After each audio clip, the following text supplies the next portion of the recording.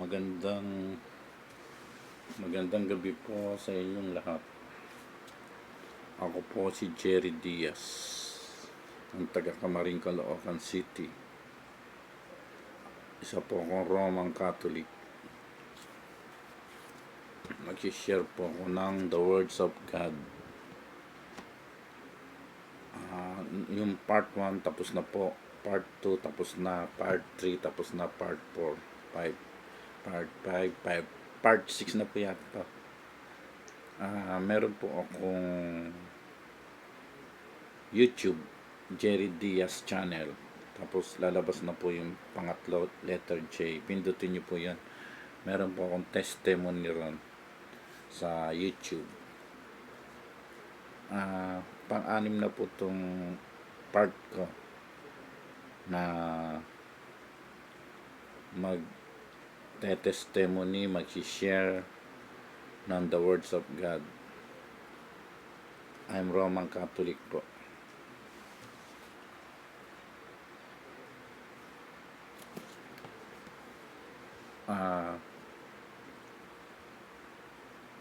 Ginagawa ko po to dahil sa Panginoon. Inutusan niya po ako na sabihin ang mga salita ng Diyos.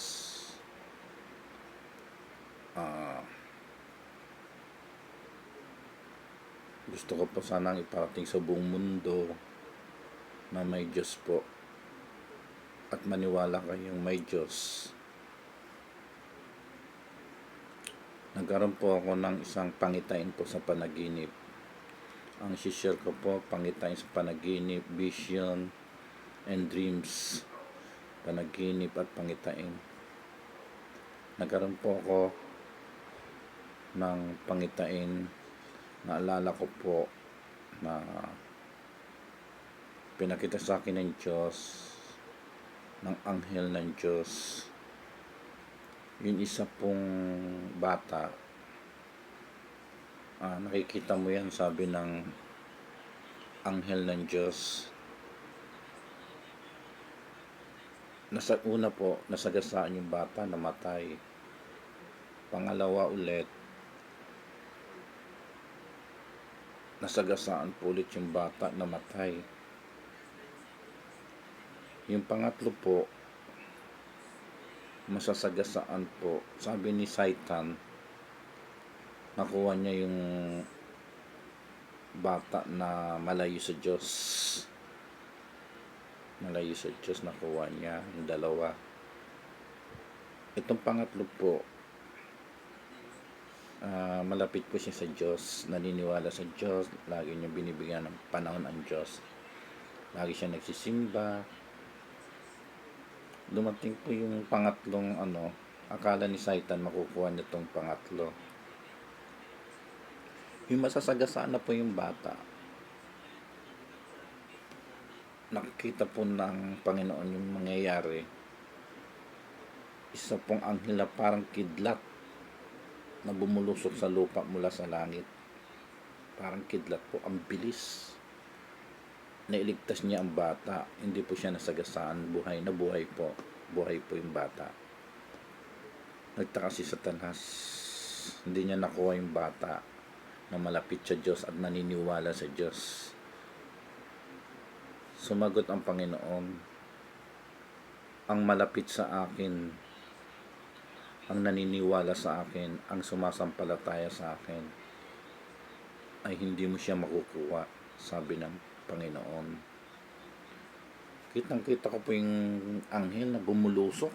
Ang bilis, parang kidlat. Tapos nailigtas niya yung bata. So napahiya si Satan. Kaya po tayo, kung naniniwala tayo sa Diyos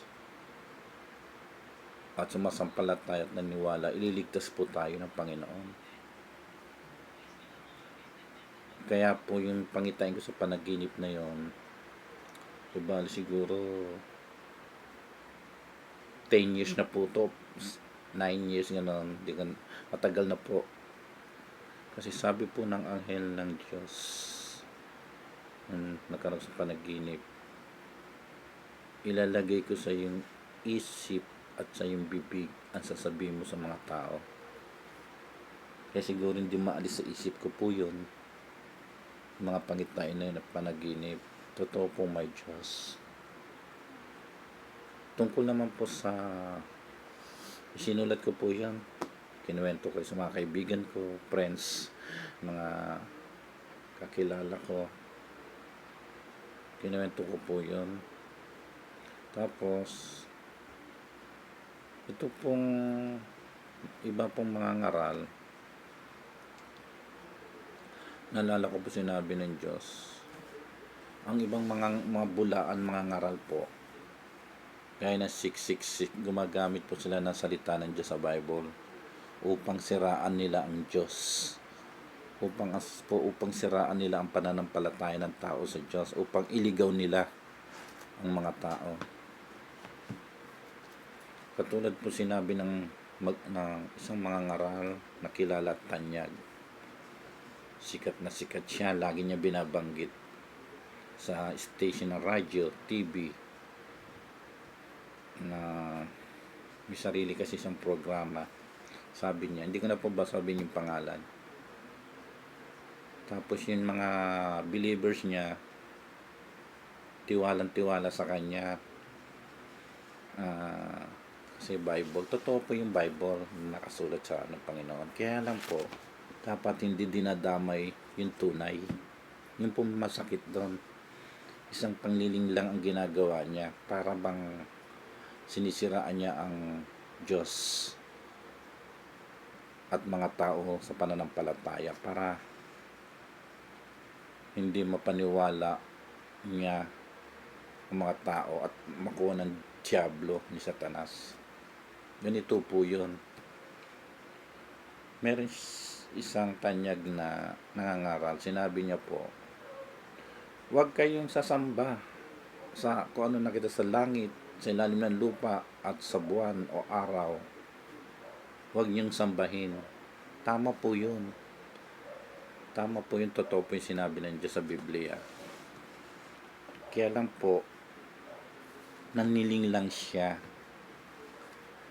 Dapat, hindi niya po sinabi yung tunay, paniwalaan niyo. Ang binabanggit po ng Diyos sa Biblia, yun hindi tunay, hindi totoo. Ayaw ng Diyos yun, yung mga ganung bagay na sasamba ka sa buwan, araw, o sa lalim ng lupa, o anuman. Yun ang sinasabi ng Diyos.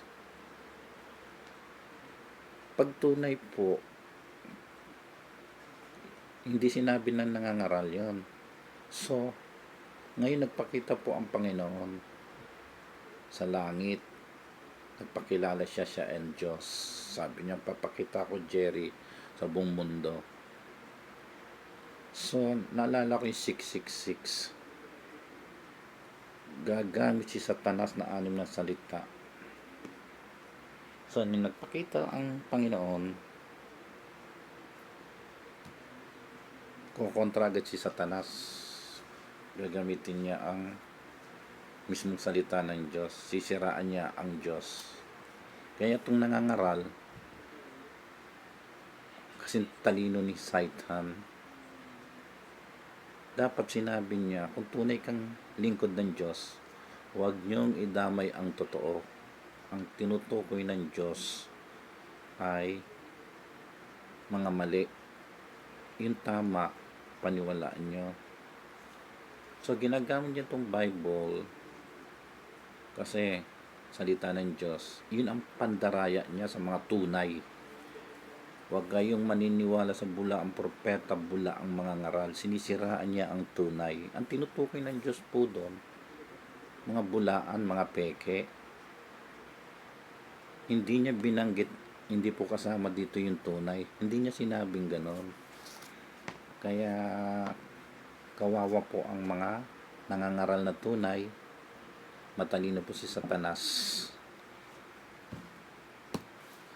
Kaya yun po ang paalala ng Diyos. Ngayon nagpakita po ang Panginoon sa langit, sa itaas. Wawasakin ni Satanas agad yun. Kaya kawawa ang mga nakikinig sa mga bulaan. hindi ko po dinadamay yung tunay. Kasi yung tunay po totoo ng lingkod ng Diyos. Ang tinutukoy po ng Diyos at tinutukoy ko yung mga bulaan.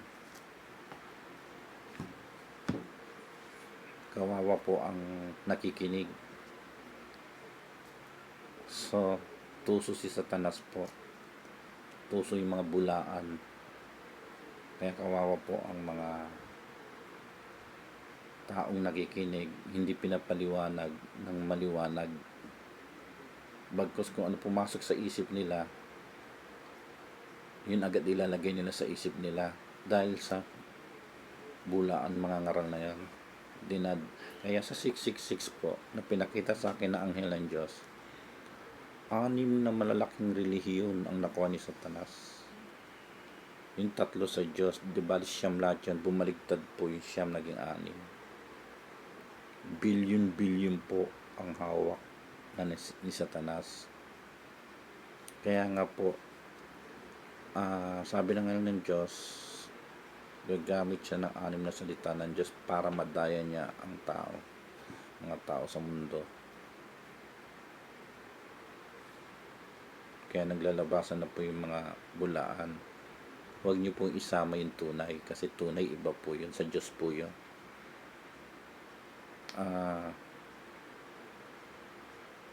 Sana po nagkaroon po ako ng isa pa pong panaginip. So ito po nasa YouTube, ita-transfer ko po sa Facebook para mailagay ko sa comment, kasi hindi ako makapasok sa comment. Kaya nagkaroon po ako ng panaginip po tungkol sa Diyos.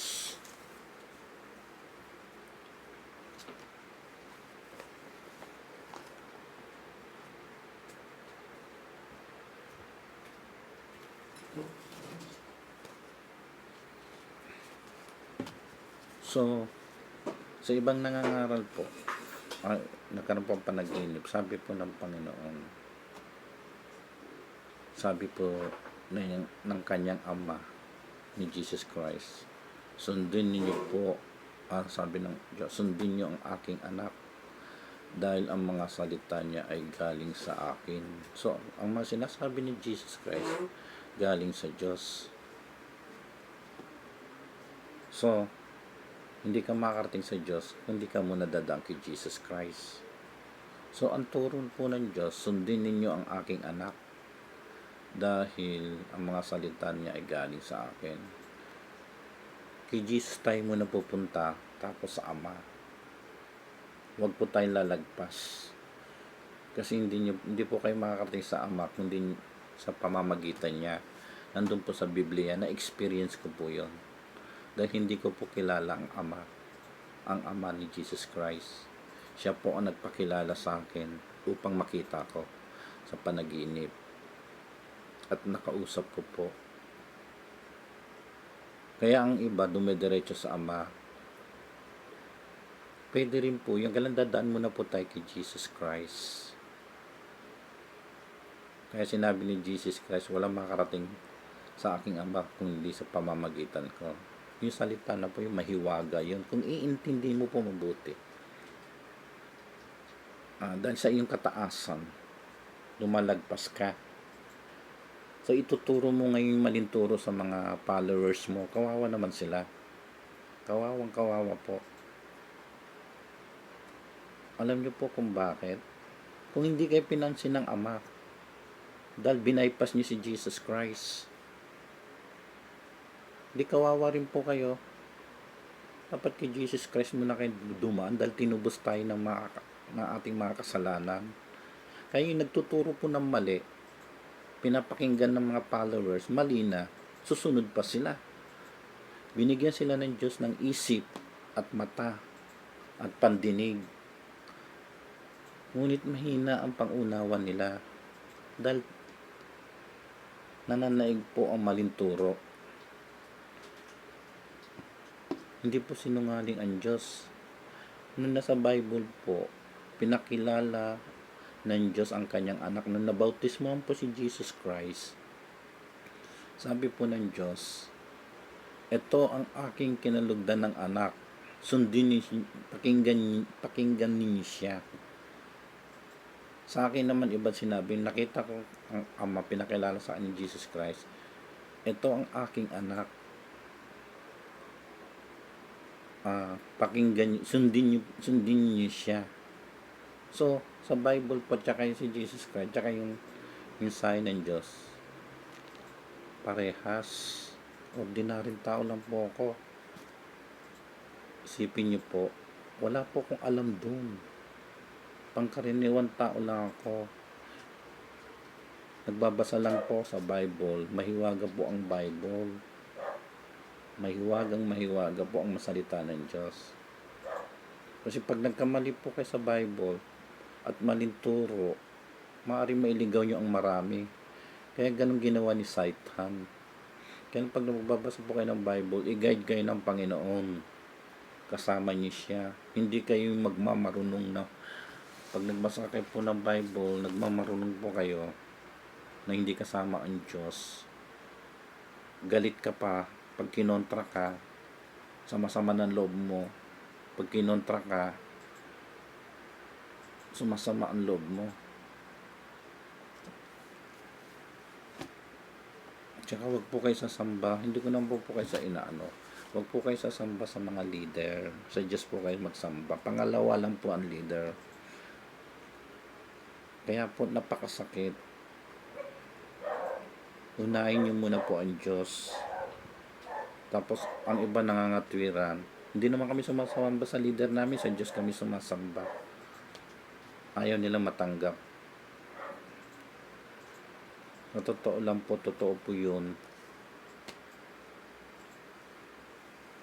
Kaya ang sinabi ng Panginoon, nagkaroon ng panaginip. Ito po totoo. Sinabi ng Diyos sa panaginip. Nasa ano po to sa YouTube, tirasi ko lang. May 3 tanyag sa bayan mo, sikat na mangaral na salita ng Diyos. Pag nagsasalita siya ng salita ng Diyos, yung 3 tanyag na yan, nagpapalakpakan ng tao, nagpupuri. Purihin ng Diyos, palakpakan, sigawan. Amen, Hallelujah. Kitang-kita ng Panginoon po yun. Lahat ng ginagawa natin. So, yung 3 tanyag na po yun, may isang mangmang inutusan ng Diyos. Pumunta ka doon, sabihin mo ang aking mga salita. Sumunod tong mangmang nito. Nagsalita siya sa unang tanyag. Maraming tao nakita niya, doon yung isang tanyag. Kitang-kita ng mangmang nito.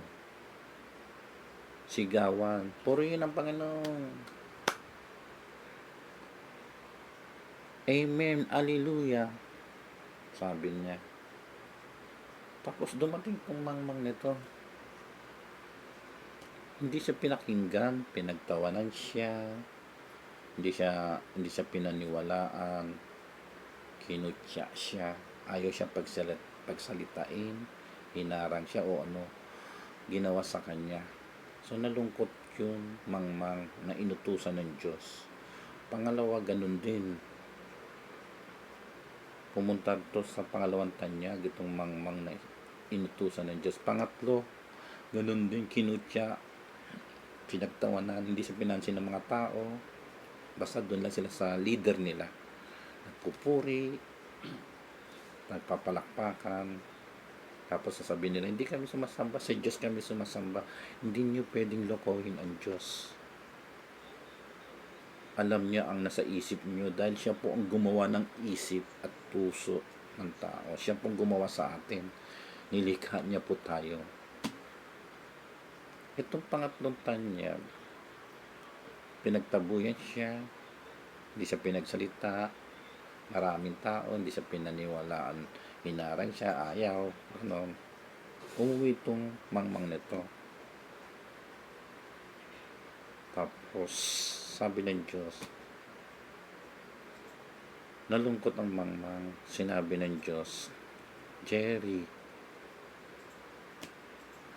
sinabi niya, masdan mo. Ay, sinabi ko, ang, sino po ang mangmang na yon? Sabi niya, ikaw, Jerry. Huwag ka malungkot, sabi niya. Hindi ka sikat sa tao. Hindi ka sikat sa mga tanyag. Hindi ka sikat. Tumingin ka sa langit. Masdan mo ang langit. Nakita ko po, libo-libong anghel po, napakarami. Puting-puti ang suot nila, wala silang mga pakpak. Nagpapalakpakan sila sa Diyos, nagpupuri. Nakatingin po sa akin. Ang sabi niya, praise the Lord, hallelujah, sabi ng mga anghel. Hindi ka sikat sa tao, sikat ka sa Diyos at sa mga anghel. Sa mata ng mga Diyos, sa mata ng mga anghel at sa Diyos, sikat ka, sabi. Natuwa po ako.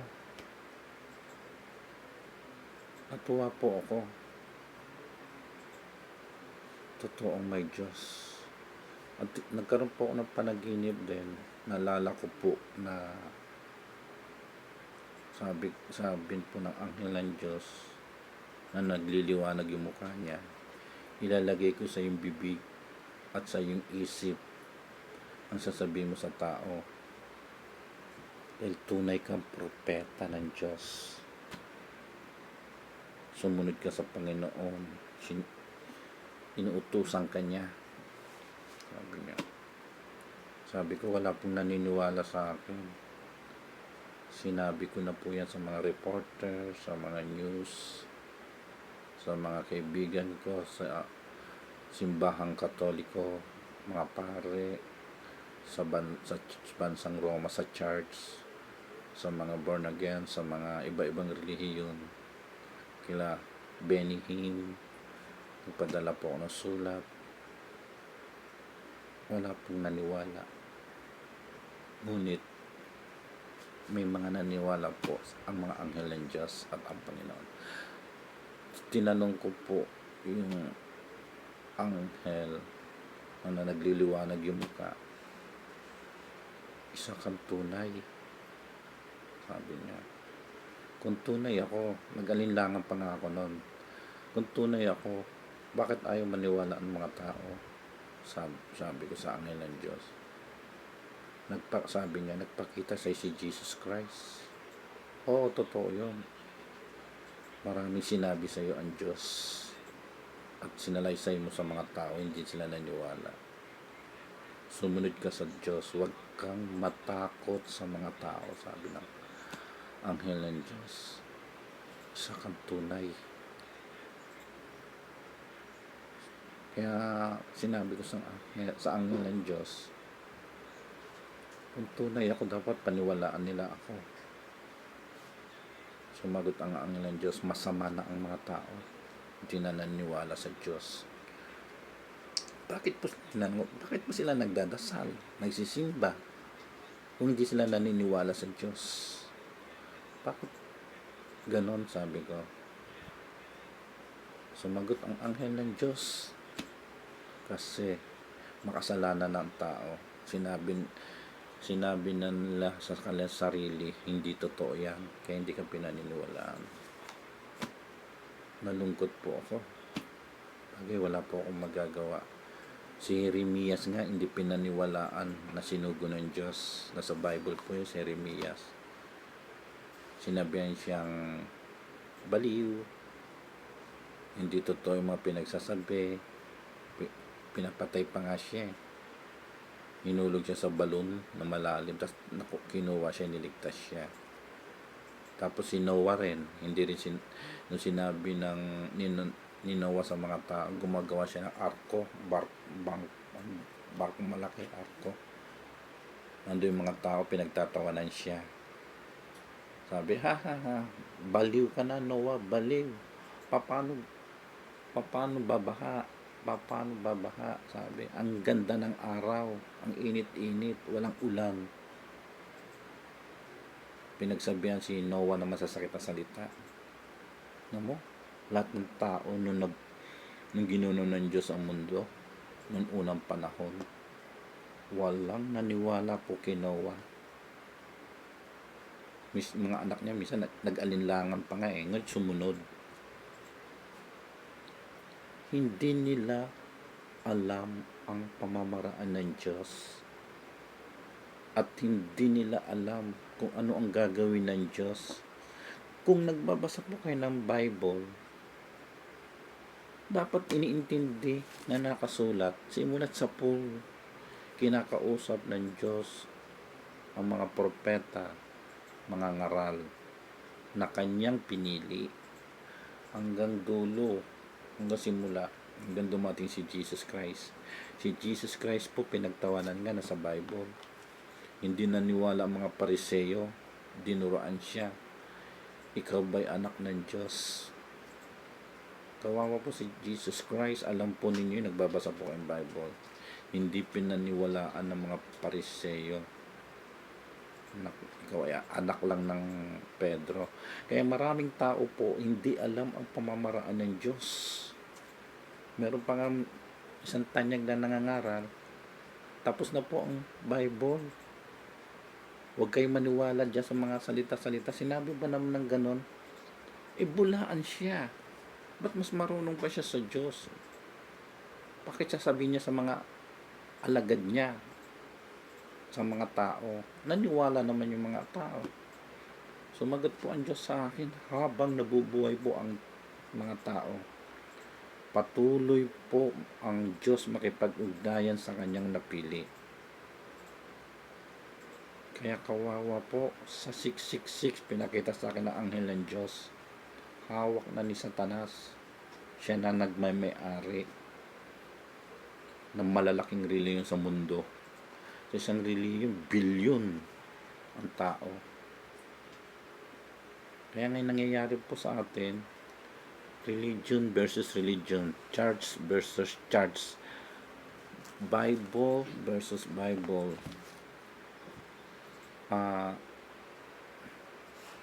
God, naglalaban ng Diyos at si Satan, angel of God versus demon,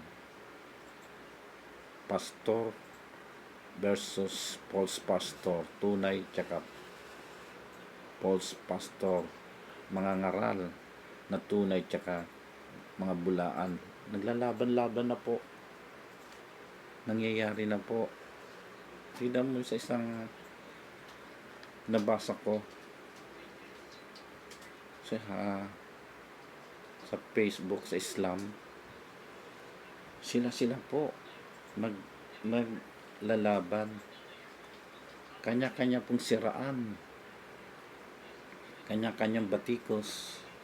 Nagaganap na po ang 666. Dito kayo sa amin, huwag kayong maniwala dyan. Dito kayo sa kabila, ganito.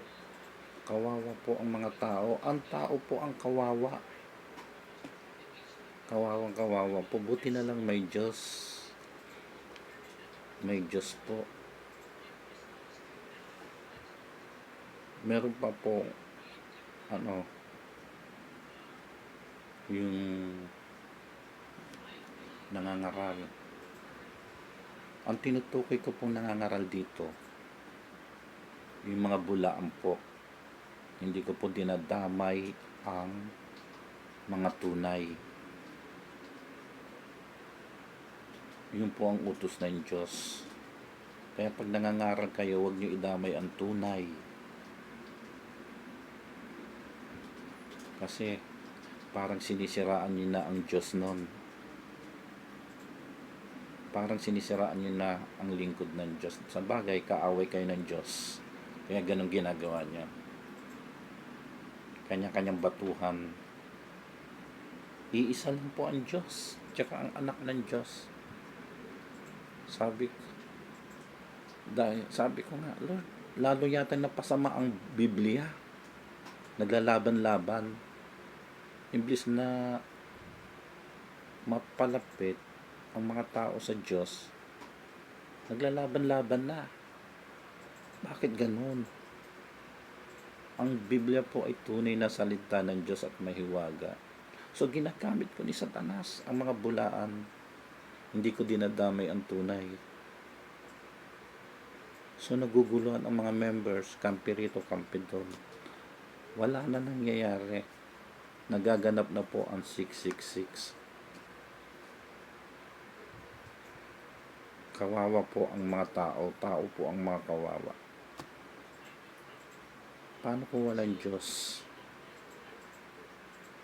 Natatandaan nyo ba nung unang panahon po, yung mga nangangaral sa Japan, sa Saudi, ng salita ng Diyos, kinukulong po. Pag may nakita silang Bible, kinukumpis ka sa kanila. Noong unang panahon sa Japan, pinapatay po ang mga nangangaral ng salita ng Diyos. Palihim. Nagulat po ako sa news na yon. Kaya pag nangangaral sila, patago. Samantala sa bansa natin, malaya po tayo. Meron pa isa na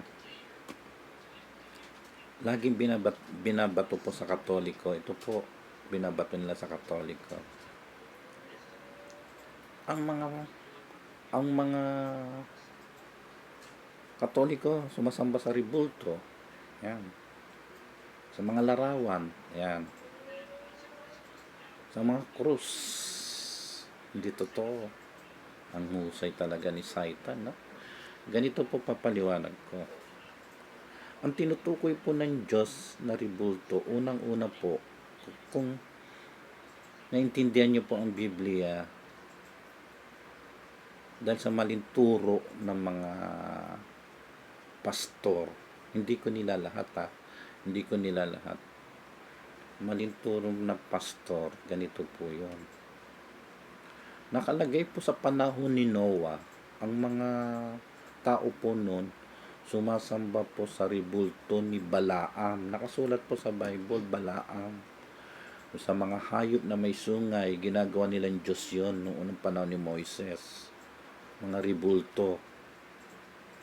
Ginagawa ng ano yon, ang unang panahon ni Moises. Kaya nagalit ang Diyos. Isinulat niya, nilagay niya sa Bible na huwag kayong sasamba sa mga rebulto, sa mga larawan. So, nakalagay po sa Biblia, tinutukoy ng Diyos. Totoo po yun. Ang mali ng nangangaral, kagaya po itong larawan ni Jesus Christ, sinisiraan nila ang anak ng Diyos. Nakakatakot po. Ginagamit ng 666 ang salita ng Diyos sa Biblia. Sabi ko sa isang nakausap ko na isang pastor, yung po'y larawan ni Jesus Christ. Wala pong nakasulat sa Bible na huwag kayong sumamba sa larawan ni Jesus Christ. Kahit anong katinyo po, ang tinutukoy po ng Diyos doon, ibang larawan. Huwag niyong isasali yung anak ng Diyos. Isa yan. Sa rebulto po, ganito po masasabi ko. Dahil ang Katoliko po, dumating ang mga Espanyol, gumawa sila ng ibang rebulto na maling turo. Napasok po ang Katoliko. Kahit na hindi niya sabihin, ito po, ang rebulto po ni Mama Mary, wala pong nakasulat sa Bible na rebulto ni Mama Mary. Ang tinutukoy na rebulto doon, Balaam. Huwag niyong idamay. Huwag niyong idamay ang Diyos na ginagawa ng Diyos. Kasi po, kaya po nagkaganon ang Katoliko dahil mataas po ang pananampalataya nila. Tsaka iba dinaya na sila. Dinaya na po sila. So, wala po sa Bible na huwag kayong sumamba sa larawan ni Mama Mary, ni Jesus Christ. Wala pong nakasulat doon. Nililing lang nyo ang mga tao. Masdan nyo po, nung panahon ni Noah, kung nagbabasa po kayo ng Bible, alam po ninyo yung verse na yon, na tinuklaw ng mga ahas dahil sa katigasan ng ulo ng panahon ni Noah, yung mga tao, mga tao noon, tinuklaw ng ahas, daming namatay. At sabi ni Moises, Diyos ko, marami na pong namamatay, tinuklaw sila ng ahas dahil sa katigasan ng ulo nila. Gumawa ka ng tanso, ahas, tansong ahas ha, isabit mo. Hindi ko alam kung ginawa ng krus yun ni Moises, isabit mo at tumingala sila doon, mabubuhay sila. Malalim po yun salitang iyon ng Diyos. At nung gumawa po si Moises ng tansong ahas, tumingala sila doon, nabuhay po sila. Nabuhay sila, yung mga natuklaw na ahas. Kaya minsan, hindi natin alam ang pamamaraan ng Diyos. Hindi natin alam. Kung iintindihin po sana natin ang Bible, so, iba yung binabanggit ng Biblia. Mga ribulto ni Baal, yung tinayo, ang laki-laki toro. Laki-laki. Sa larawan naman po. Ito, personal na po to. Kung wala pong larawan, paano natin makikilala ang katulad ng presidente ng Amerika? Hindi naman natin nakikita ng harapan. Nakikita natin sa mga news, sa mga TV. Diba? Nakikilala natin siya. Tapos pag nakakita tayo ng simbahan, naalala natin ang Diyos. Pag nakakita tayo ng Bible, naalala natin ang Diyos. Dahil isang pamamaraan po ng Panginoon yun. Isang pamamaraan po, hindi nyo po alam. Pag nakita tayo ng simbahan, naalala natin Diyos. Di ba ang simbahan po, bato, yero, kahoy, bato po yun. Bahay ng Diyos. Hindi nyo alam pamamaraan ng Diyos kung ano po. Sinisira ng ibang nangangaral. Meron pa nga ako narinig sa nangangaral. Tingnan mo ang bahay nila, bahay ng Diyos. Hindi pinapagawa, pangit. Kaya nga umalis ako dyan eh. Doon ako sumambas sa iba, ganon. Hindi po mahalaga kung maganda ang bahay ng Diyos. Ang mahalaga doon, yung pananampalataya ng tao. Kahit sa bahay mo lang, ikaw pumunta sarili mong bahay, manalangin ka, papakinggan ka ng Diyos. Kaya po, nung sinabi ko, nagkaroon ako ng panaginip, Lord, bakit sila ganito, ganyan? Sumagot ang Diyos, mas mapalad ka, Jerry, dahil ang puso mo malapit sa akin. Hindi tumitingin ang Diyos. Gwapo ka, mayaman ka, matalino ka. Hindi tumitingin ang Diyos doon. Sa puso pala siya tumitingin. Meron pa po. Ito pong nakakatakot ngayon. Tandaan niyo po, nakakatakot. Nagpakita po ang Diyos sa itaas. Kung napahiya po yung mga nagbabible niyan, pahiyang-hiya sila talaga sa Diyos. Alam niyo kung bakit? Hindi inihayag sa kanila. Ngunit gagamitin ni Satan yan, yung Bible na yan. Nagpakita po ang Panginoon, nagliliwanag. Sinabi niya, ako ang Diyos, Jerry, magpapakita ako. Walang naniwala. Dahil hindi inihayag sa mga matatalinong nagbabasa ng Bible. Inihayag niya sa isang mangmang. Nakarecord po sa TV yan, sa news, paper, radio, sa buong mundo. Milyon tao nakakita. Nagliliwanag po. Ang sabi ng Panginoon, nagpakita ko kay Moises sa punong kahoy na nagliliwanag ngayon sa itaas. Isipin niyo po yun. Hindi ko rin alam yun kung hindi sinabi sa akin ng Diyos at nagkatotoo po, wala. Hindi ko po malalaman. Bakit hindi hinayag sa mga tanyag, sa mga sikat yung ano na yon, yung ginawa ng Diyos? Dahil alam ng Diyos, mapagmataas na sila. Iba nang ginagawa nila.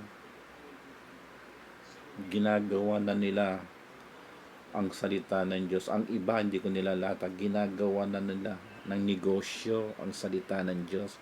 Kumikita sila ng limpak-limpak. Nauuto nila ang mga members nila.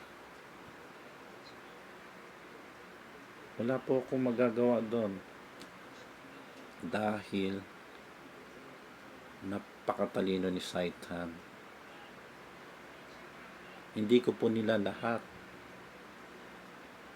Hindi ko po nila lahat. Ang iba ang tinutukoy ko. Dahil ang iba dyan po, tunay po sila. Tunay po silang lingkod ng Diyos. Hindi ko nila lahat.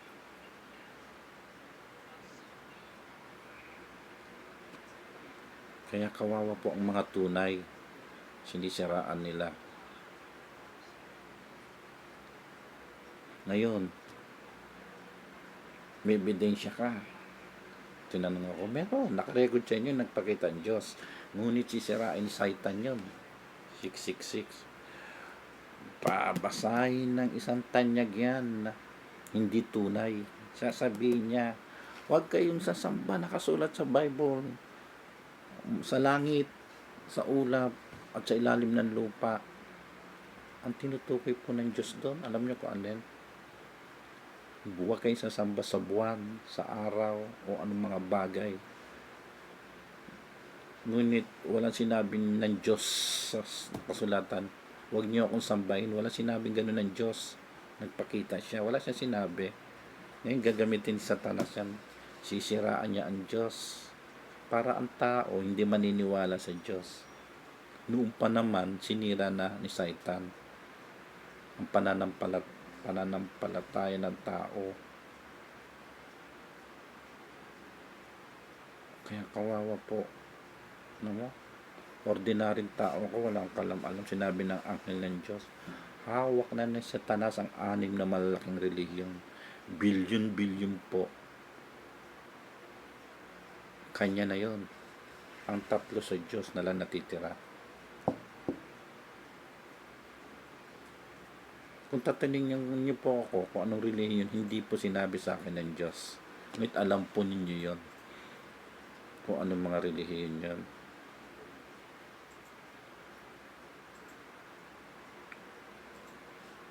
Kaya nga iba ang kaya nga nagsugo ang Diyos, naglagay ng mga tunay na mga ngaral, tunay na propeta, tunay na pastor. Naglagay ang Diyos sa mundo, ngunit sinisiraan ng mga bulaan. Bulaan po ang sumisira dahil yun po yung mga kampo ni Satanas. Kaya ang iba po, hindi nila alam ang pamamaraan ng Diyos, kung ano ang ginagawa niya, dahil siya lang po ang nakakaalam. Siya po ang makapangyarihan. Kaya nga nagkaroon po ako ng panaginip. Sabi ko, nagpakita sa akin si Jesus Christ sa panaginip, nakalutang siya. Panginoon, sabi ko, ba't hindi ka magpakita sa mga tao kasama ng mga anghel na nagliliwanag para sasamba na sila lahat? Tapos na ang problema. Tapos na, wala nang intindihan, sasampalatayan na yung mga tao. Sumagot si Jesus Christ, hindi ganoon ang Diyos, Jerry. Sabi ni Jesus Christ, hindi mo siya pwedeng turuan dahil ang Diyos po ang nakakaalam ng lahat. Hindi mo pwedeng turuan ang Diyos. Ordinaryong tao lang po ako, isang mangmang. Ngunit mas mapalad po ako, sabi ng Panginoon. Dahil ang puso ko po malapit sa Kanya. Ang puso nila malayo.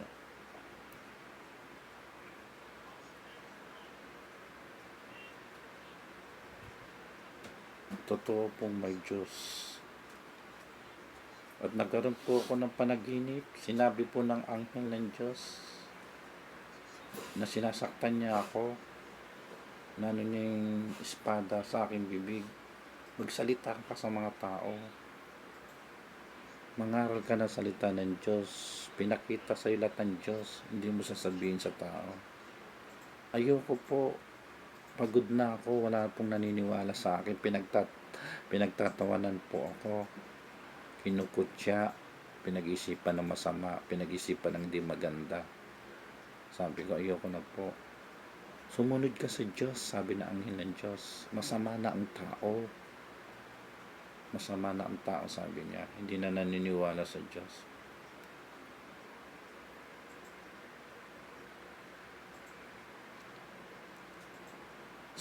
So, kaya nga, kung walang Diyos, siguro nadaya na rin ako ni Satan. Buti na lang may Diyos. Ginaguide niya ako.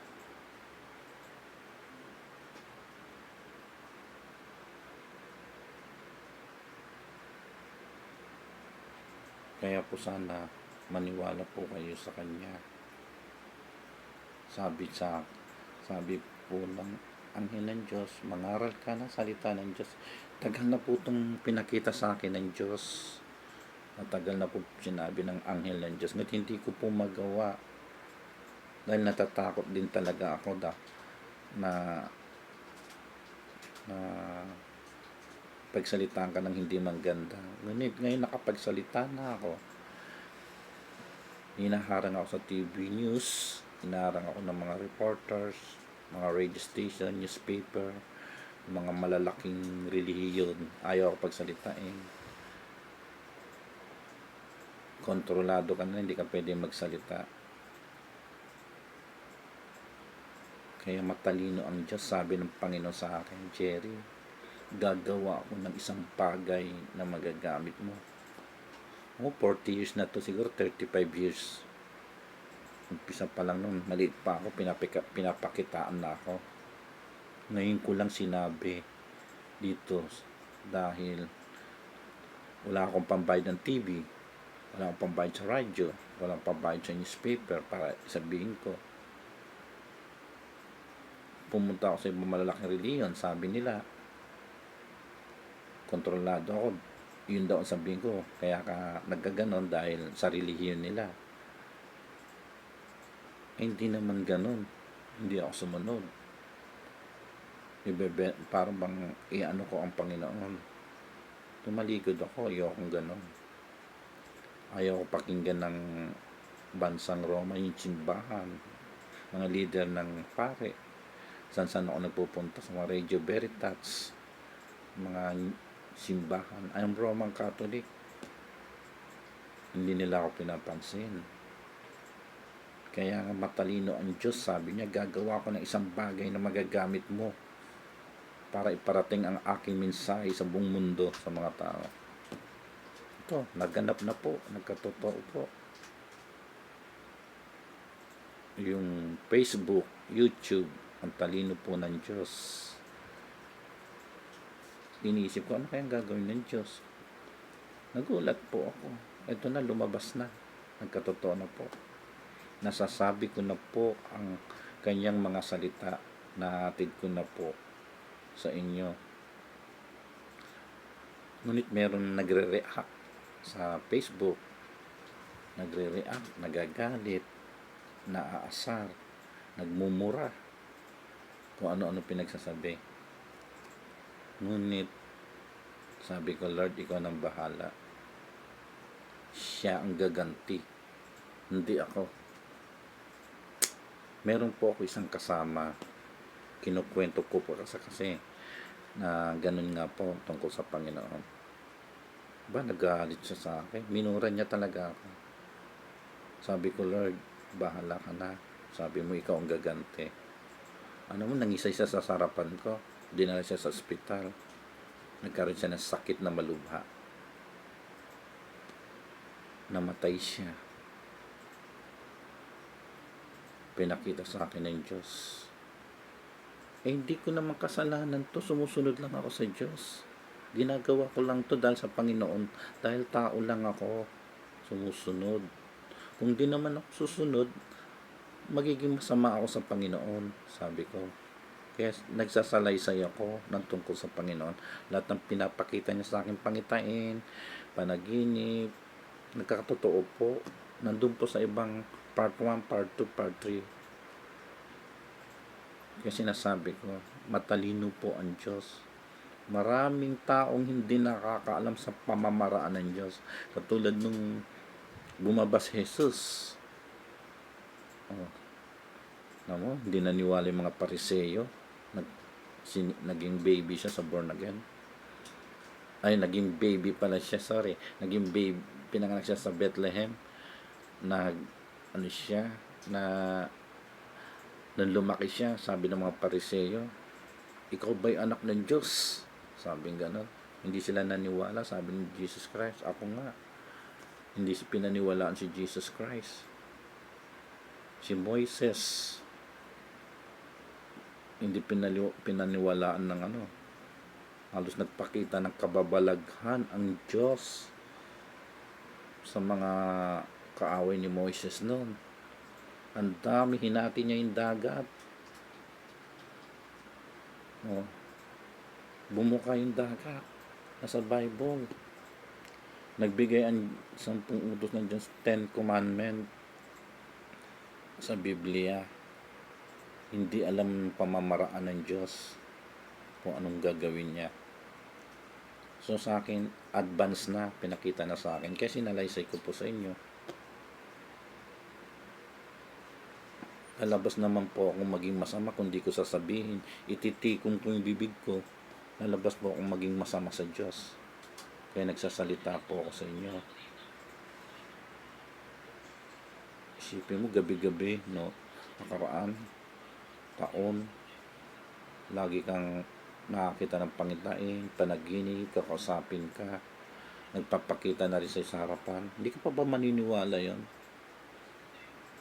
Minsan, ang Bible po, nagbasa po ako, nagliwanag po ito, maraming tuldok na malilitas, nagliliwanag. Ikwento ko po ito, baka walang maniniwala talaga. Mahiwaga po ang Biblia, mahiwaga po ang salita ng Diyos.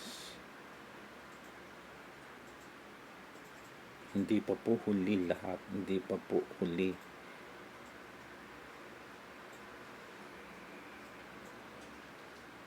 Hindi pa huli ang lahat po. Ang inaano ko lang sana, na kahit na hindi na kayo maniwala sa akin, sa Diyos na lang po kayo maniwala. Yung binigay niya sa akin, na-deliver ko sa inyo, napakinggan nyo, nataniman kayo ng salita ng Diyos. Nasa sa inyo na po yun. Basta sinabi ko po ang mensahe ng Diyos. Kaya may darating pang araw, buwan, taon, kung ano sasabihin niya sa akin, ipaparating ko po rin sa inyo. Hanggang dito na lang po sa inyo. Maraming pong salamat. Sa susunod na araw na lang o buwan. Sa tagal po ng panahon, ngayon ko lang nasabi. Kaya nga,